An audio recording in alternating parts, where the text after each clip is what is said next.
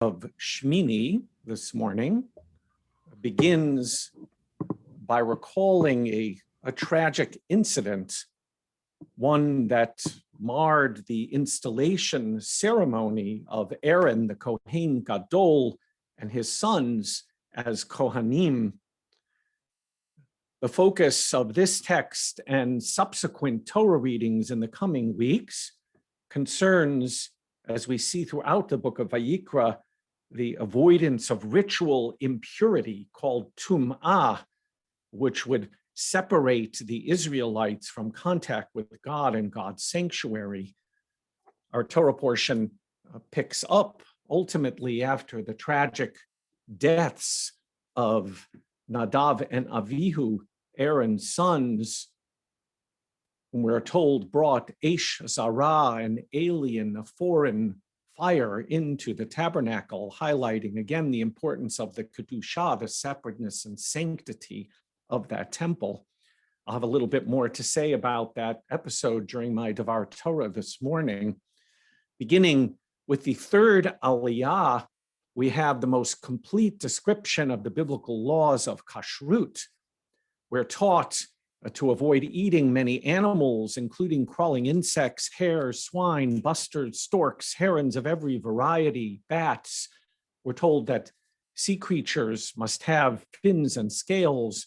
Land animals must chew their cud and have true hooves. No explanation is actually given for these apparent random biblical dietary laws.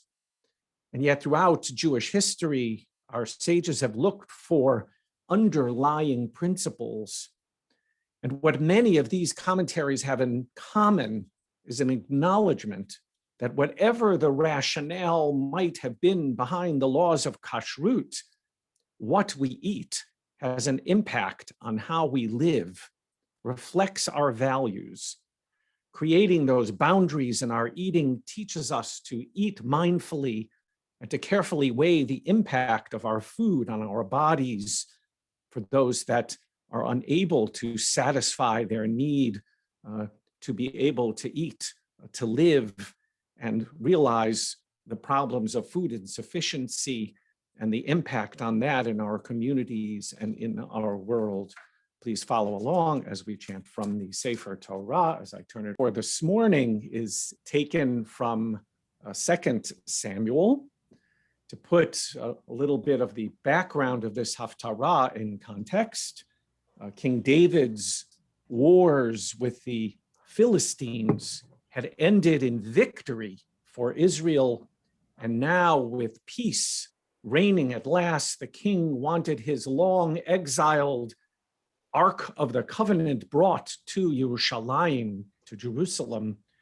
This symbolic act was to give the tribal confederacy a religious center and was essentially meant to unite all of the tribes into a nation with both a secular and religious capital in Yerushalayim, all this taking place in the early part of the 10th century BCE.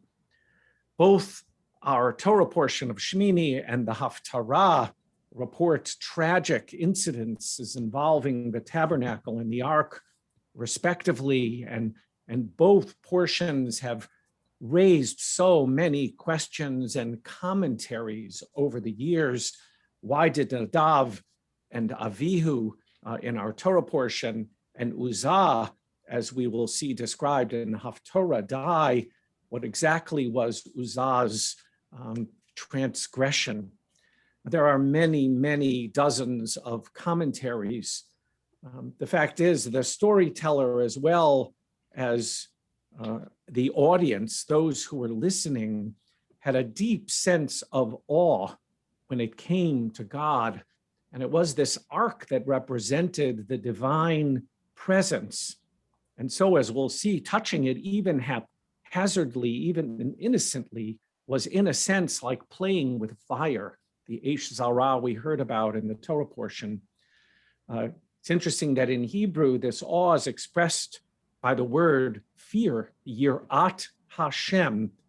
Yirat Hashem is not just reverence, as it's frequently rendered, but really another dimension of the meeting between the divine and the human being. And Uzzah was seen as having trespassed that line of demarcation. Follow along as we chant the Haftarah. Margit Buchalter Feldman had not lied about her age to the Nazis. The 15-year-old would have been murdered with her family at Auschwitz. Margit was an only child born in Budapest on June 12, 1929, the exact same birth date as Anne Frank. In 1944, Feldman and her family were taken from their home in the small agricultural town near the Czech border and imprisoned in a nearby ghetto before heading to Auschwitz. Somehow she knew that as a child, she would be sent straight to the gas chamber, as were her parents. She lied, told them she was 18, was sent instead to the work section of the camp. Later, she was transferred to a number of concentration camps. Margit remembered being surrounded by death, surrounded 24 hours a day. She said she could still taste the horrible soup that was served, often with worms swimming around the bowl. Margit was liberated from Bergen-Belsen by the British on April 15th, 1945. Only 16 years old, Margit was the sole member of her entire extended family to survive. Like many Holocaust survivors, it took Margit decades before she was able to open up. And once she did, she devoted her life to telling her inspired story. She touched the hearts of thousands of students, educators, and members of her community. She helped pass a bill that mandated a Holocaust and genocide curriculum in the public schools. Margit survived the horrors of Nazi Germany. But last year, just one day before the 75th anniversary of her liberation, COVID-19 took her life.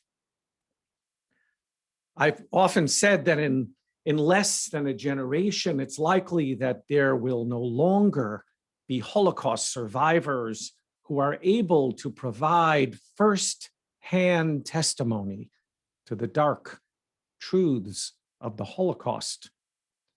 But that timetable has been somewhat fast-tracked by the coronavirus pandemic. COVID-19 is stripping our world of some of its most important voices, those who have over decades courageously relived the horrors they endured in the Shoah by retelling their stories out of a deeply felt desire, a drive to ensure that such atrocities never happen again. What will happen when they are gone? When the last survivor will leave this world, there will be no more people able to say, I was there. No more testimonies.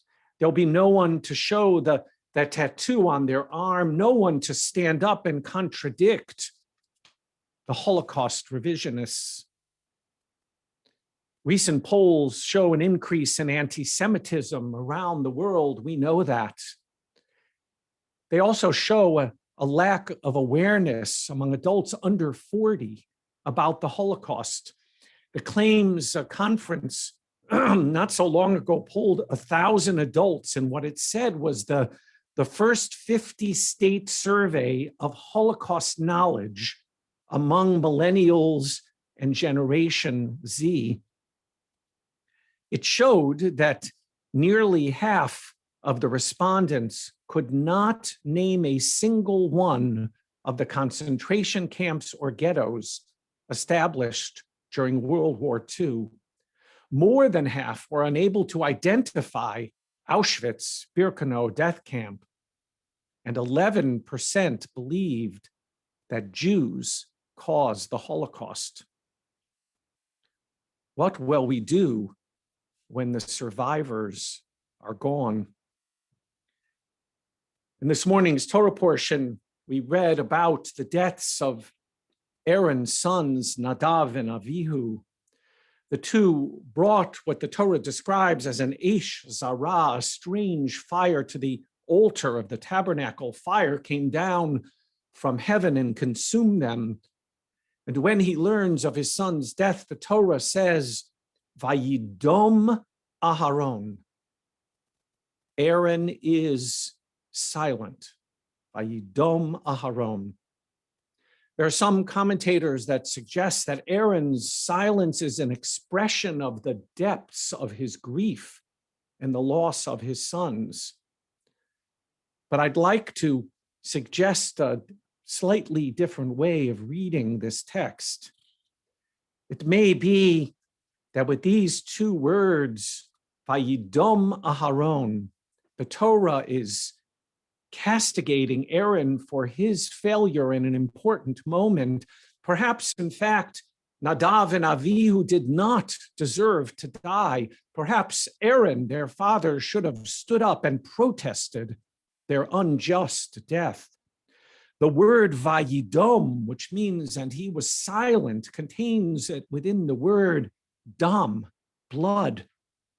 Perhaps the meaning here is that in Aaron's silence, he had his son's blood on his hands. By not speaking out in protest over their deaths, Aaron becomes, as it were, retroactively complicit. We know from our history too well that we cannot sit back and treat evil as something which is just an ordinary part of this world. In the face of evil, Vayidom never works. We must scream out. As the number of survivors who can tell their story quickly dwindles, it becomes the obligation of each and every one of us to speak out, to scream out and tell the truth of the Holocaust, not in generalities, but in details. If you have survivors in your family, make sure you know their stories, that your children, your grandchildren know their stories. If you don't have survivors in your own family, find stories of survivors and make them your own.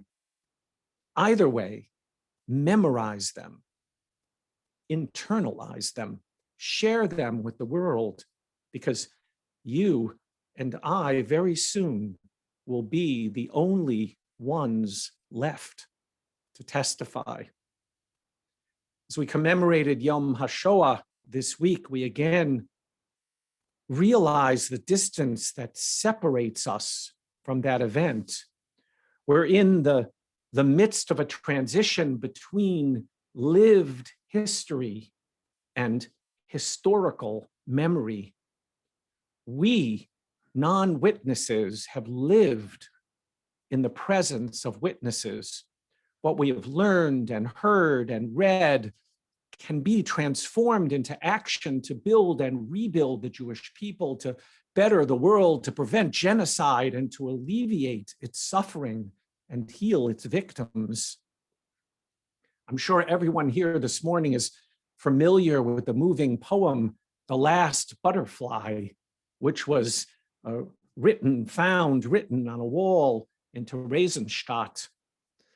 A number of years ago, a somewhat different poem was read at a United Nations commemoration of the Holocaust. I am the last one left. I remained a human being even when I was just a number. A loaf of bread is something that you eat, but under the pillow, it I would always keep. I'm like a burning bush. You will remain here to tell the story. I'm the last one left, still attached to the Israelites in the desert. I have no rest. I wander and roam. All that remains are the memories from the cattle cars. I'm the last one left. I call out to you. You will remain here to tell the story. There are millions of eyes staring at me now. How can I give up? I am the last one left to tell the story. You and I, it's incumbent upon us now to tell the story and to make it a point to learn the stories of some of the survivors. There are so many resources through the Shoah Foundation available to us online. Listen to our program from this past week with various clips of survivors. We have so many within our congregation and community. Memorize a few of them. Tell them one day there'll be no one left to tell the story except you. We continue with the Chatzi Kaddish of the Musaf